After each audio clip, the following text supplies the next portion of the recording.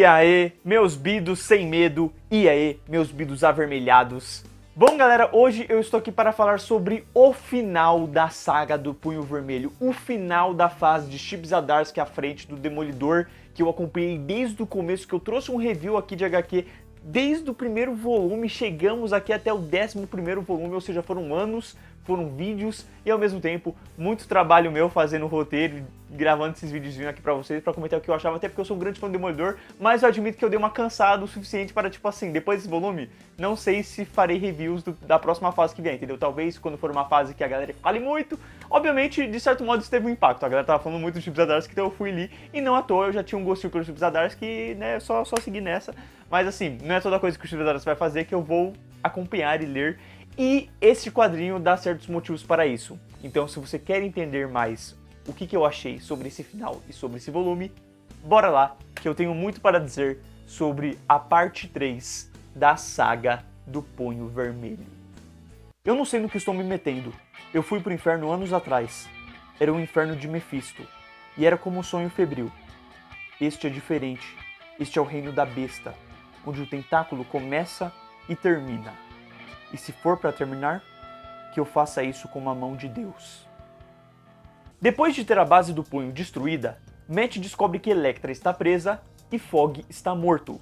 E ele fará de tudo para tirar os dois personagens dessa situação, incluindo ir ao inferno. Sim, olha que viagem!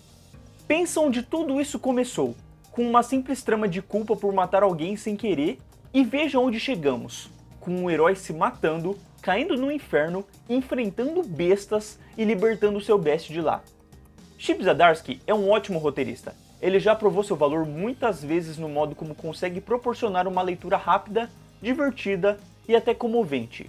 Sua maior habilidade está nas coisas mais simples. Parece que é mexendo com o sentimento dos personagens que ele apresenta grande valor.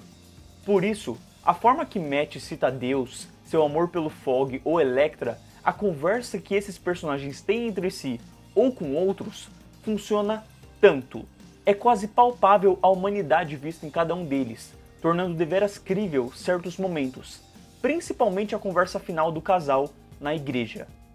Tão lindo quanto isso se mostra a arte de Marco Checchetto, que entre tantos jeitos como eu já elogiei em cada volume comentado dessa fase, o casamento de sua arte com as cores de Matt Wilson, a brincadeira de nos dar a visão avermelhada de raio-x do Matt, o impacto colocado em cada ação, a criatividade colocada para com o sobrenatural e a beleza de cada personagem, faz de sua ilustração algo realmente divino, sendo algo necessário vir para fechar essa fase tal qual ela começou, com charme, energia e frescor. Contudo, ao voltarmos nossos olhos para o roteiro, o final dessa fase, é aí que as coisas vão pro beleléu. Se me permite, eu soltarei alguns spoilers referente ao último volume a partir de agora, porque caso você esteja acompanhando desde o começo, você provavelmente leu tudo. Se você leu até o volume 10, não tem porque você parar agora e não ler o último volume. Então provavelmente você já leu, você já quer ver como vai fechar, e então você estará vendo esse vídeo como uma finalização. No caso você tenha visto só todos os vídeos dos reviews, o que eu acho muito difícil sem ter lido, então você aceita os spoilers a partir de agora ou você para de ver a partir de agora e decide ler para depois voltar aqui depois. De qualquer modo, vocês estão avisados. Alerta de spoilers. Veja bem, eu deixei meus elogios em relação ao Chip Zdarsky exatamente porque o que eu vou falar a partir de agora é um modo como eu acho que ele não soube finalizar o arco dele ou sobre como talvez ele tivesse tantas ideias que ele não conseguiu colocar tudo em um curto período, ou pelo menos do jeito que deveria ter sido feito, sabe? Para causar o impacto que ele causou. Porque pensando como volume, eu acho que esse é um volume bom. Eu acho que ele traz o que ele precisa, ele é bem rápido, ele é divertido, fechado. Mas pensando como a parte 3, que é literalmente como ele se intitula, uma parte 3 da parte 1 e parte 10 que a gente teve um desenvolvimento legal sobre um punho, sobre tramas acontecendo em relação ao redor do Matt Murdock e tudo que ele prometeu para essa conclusão, ele não entrega o suficiente e até mesmo fica faltando emoção para isso, porque é tudo tão rápido nas edições que não dá tempo de você sentir. Ele revela que o Fog morreu E você fica, calma, como morreu? Você nem viu o Fog sendo morto no volume anterior. Você viu que a neve caiu em cima de todo mundo. O foco ficou pra Electra. Aí você descobre que a Electra tá presa, o Fog morreu, o Matt tá há 3 semanas não sabendo como lidar com isso. E é isso, e a gente tem que, tipo assim, sentir isso, tipo, não dá tempo de você se impactar, sabe? E aí o Matt já fala, tá, vou pro inferno buscar o Fog como se fosse a coisa mais natural possível. E aí você tem que aceitar que ele vai pro inferno. Beleza, ele vai pro inferno. Aí tem ali o pai dele, alguns demônios, a citação com Deus, tal. Toda essa parte eu acho que é bem legal. Acho que tem deveras sentido, não necessariamente que faz total sentido, mas dá pra encontrar um sentido. E aí ele vai, liberta o Fog, tem ali o modo como os dois se entreolham, e nessa a arte do Marco Checheto tem muito impacto e os diálogos do Chip tem muito impacto. Funcionam pra você sentir um mínimo de coração naquele momento. Porém, isso não é o suficiente porque você mal teve tempo de sentir a perda do Fog e mal teve tempo de sentir, sabe, esse impacto do que tá acontecendo agora.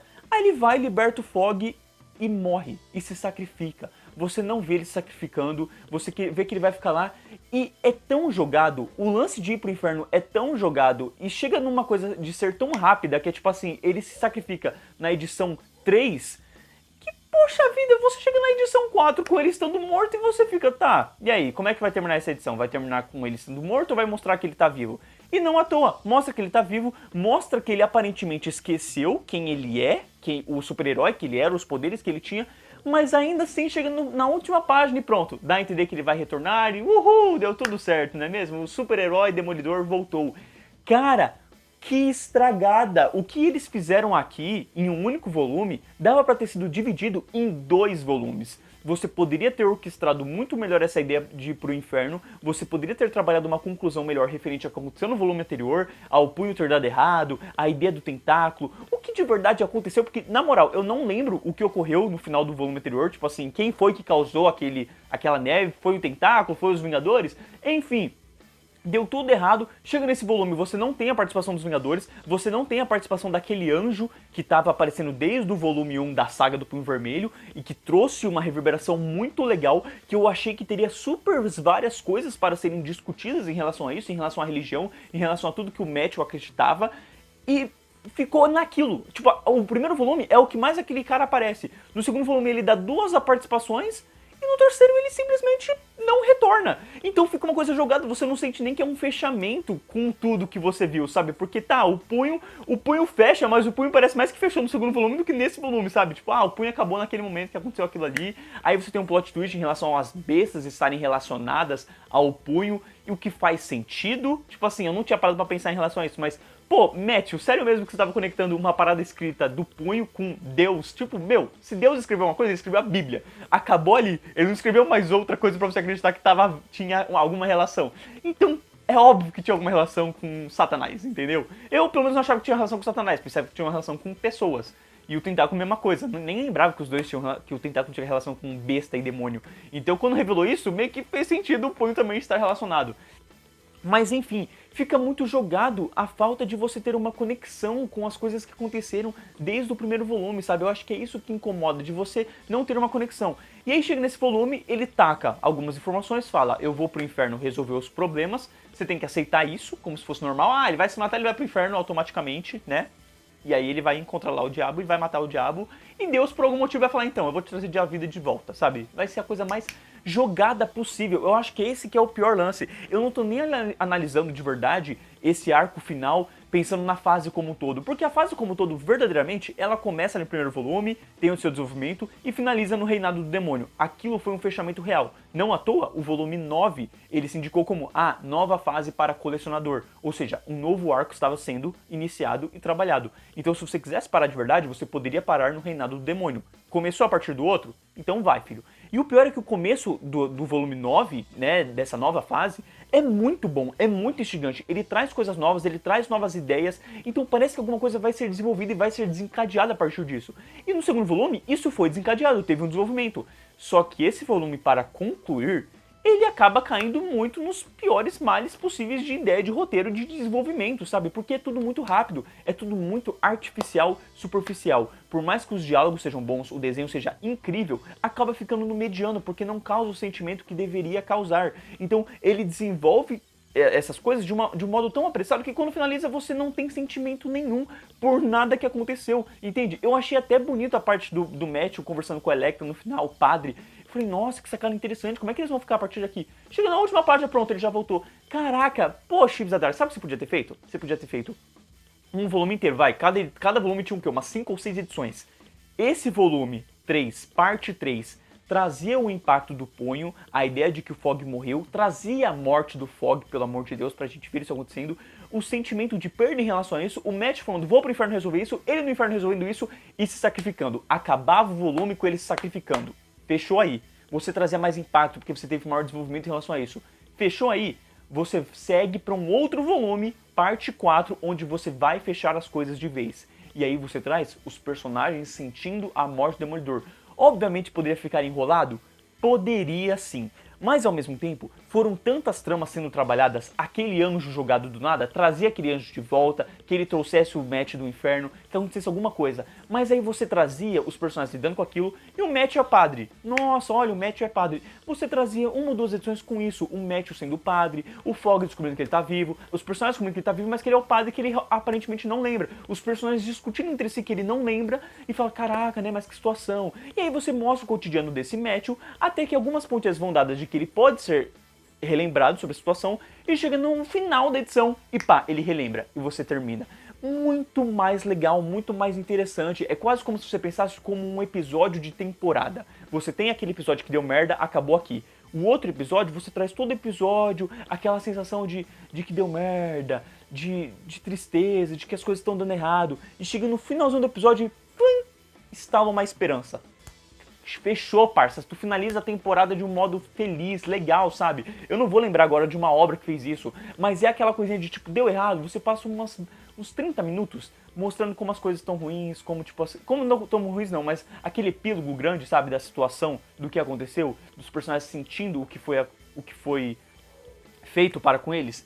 E aí no finalzinho, pá, dá aquele ar de que as coisas vão voltar a ser como eram. Entende? E não jogar isso em 20 páginas. Pô, não dá tempo de nada, não dá tempo de sentimento, então fica uma coisa muito aquém do esperado e do que deveria ser entregue para nós, sabe? Eu acho que o Zdarsky, ele tinha ideias muito boas, mas aí por que eu usou no título do vídeo que, pô, ele fumou uma? Porque ele fumou uma e tipo assim, caraca, viajou no inferno, que eu acho que não deveria ter tido o inferno de qualquer jeito, ele poderia ter seguido qualquer outro caminho, menos o lance de ir para o inferno e de buscar o Fogg no inferno. Não devia nem ter matado o Fogg, aliás, porque o Fogg já morreu nos quadrinhos, então meio que só repetiu no acontecimento, ficou muito bobo, sabe? Parece tipo a Tia May, que tá toda hora correndo risco de vida e não morre de vez. Então, entende? Faltou um pouquinho de coragem em relação a tomar uma outra atitude que fosse com outro personagem. O North, o detetive North, sabe? Matava. Ou algo do tipo, não sei. Eu sei que ele preparou uma coisa tão legal e tava tão pé no chão desde o começo, até mesmo esse novo arco, por mais que ele estivesse trazendo anjo, punho, tentáculo, não tava algo muito místico pra você do nada mirabolar nas ideias e jogar um inferno. Então pareceu muito que o Joe Chip tava fumando e ele, caraca, tive essa ideia, nossa, e essa ideia, vou fazer tudo isso. E aí, quando ele acordou da brisa, ele acordou da brisa e falou, caraca, mas aquelas ideias eram muito boas, eu tenho que colocar aquilo de uma vez. E aí ele foi e colocou de uma vez. Ele não pensou em desenvolver as ideias, ele só colocou as ideias. Então, tipo assim, Chip, você é um querido, você é da hora. Você fez Homem-Aranha História de Vida. Você fez volumes primorosos nessa fase inteira do Demolidor. Por mim, o volume 1, volume 9, volume 4 são destaque primoroso. Mas o que você fez aqui nesse final, cara, poxa vida, deu um sentimento triste, sabe? Tipo assim, eu tava lendo e tava assim, pô, legal, interessante, mas e acabou. Esse foi o sentimento final. Que tristeza. Então, vocês viram? Foi um desabafo. Enquanto eu desabafava, a minha tela ficou roxa, porque ela tá com problemas. E eu deixei, porque eu precisava desabafar. O meu desabafo era muito mais importante do que a minha tela com problemas. E tá tudo bem. Sobre o encadernado, ele tá ótimo. Tá aquela coisa palpável, folha com cheirinho prazeroso. Você segura numa mão tranquilamente, pode ler na estação de trem assim. Tem um guia muito legal da Dandara que explica muito bem o que aconteceu no arco até aqui, né? Deixa uma preparação legal para você finalizar o volume. E tem os comentários, tanto do editorial, quanto do Chip Zdarsky, quanto do Marco Checheto, que é muito bacana para finalizar a história. A gramática tá ótima, não teve erro nenhum, e a gráfica também. Então, em relação ao volume, tá ótimo. Mas o que o Chip Zdarsky fez aqui traz um sentimento de tristeza, porque ele já havia mostrado o quanto ele sabia fazer as coisas, o quanto ele sabia apresentar um ponto, desenvolver esse ponto, trazer um clímax ferrinho na edição 4 ou 5 e fechar de um modo gigantesco com você pirando a cabeça. E ele podia ter feito isso aqui, e ele não fez. Ele podia ter feito isso 2 vezes, tanto, né, com o arco de Ir pro Inferno, quanto com o arco do Matthew relembrar. Mas não, ele prefere fazer tudo muito rapidinho e aí acaba dando aquele sentimento não prazeroso de fechamento de uma fase. Que eu acho que até o Reinado Demônio deu um sentimento mais gostosinho. Então, caso você estivesse comprando, não comprou tudo, viu esse vídeo e tá no Reinado Demônio, para ali, que é shopping pra perto do que vem aqui. E não é que aqui seja ruim, é só aquém, né? Aquém do esperado, aquém do que poderia ser. Como eu posso dizer, decepcionante, define, no fim de tudo. Então, se você leu esse volume, deixe nos comentários o que é que você concorda ou discorda dos pontos que eu comentei aqui, se você sentiu a mesma coisa que eu, ou se você teria outras ideias, pode destacar aí também o que você faria de acordo com o que estava sendo roteirizado, né, até então, nos volumes anteriores, o que é que você achou da fase como um todo, e caso você não tenha lido, eu agradeço por você ter visto o vídeo até aqui. Beleza? Eu acho que a fase foi boa, no geral, eu acho que ela foi muito boa e ela, infelizmente, falhou em alguns momentos, sabe? Então, por isso eu diria que é tipo assim, 4 de 5, entende? 8, 8,5, por aí vai. Porque ela trouxe muita empolgação, ela trouxe momentos muito legais, a arte belíssima na maioria das vezes, graças ao Marco Tichetto, as capas top, o roteiro do chip é muito, muito legal, muito bem desenrolado, mas ele não soube lidar com certas coisinhas que acabou levando a um fechamento não tão gratificante quanto o que estava sendo trabalhado até então. Esse é o meu sentimento referente à fase como um todo, mas eu não descartarei ela da minha coleção de modo algum, porque ainda assim foi bem legal. E pô, eu quero ter, eu admito, eu quero ter aqui na minha coleção pra falar pra todo mundo que fala assim, mano, o Matthew já foi pro inferno, Deus abençoou ele, e ele ficou assim, ó, todo brancão, igual o Cavaleiro da Lua. Gigante, gigante, o cara é uma lenda. Então, enfim, é isso.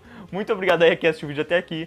A gente se vê no próximo review de HQ, ou talvez no próximo vídeo de qualquer outra obra, incluindo Demolidor, né? Porque quando sair a série, eu vou trazer mais reviews de HQ aqui, obviamente, porque eu tenho que pegar o hype.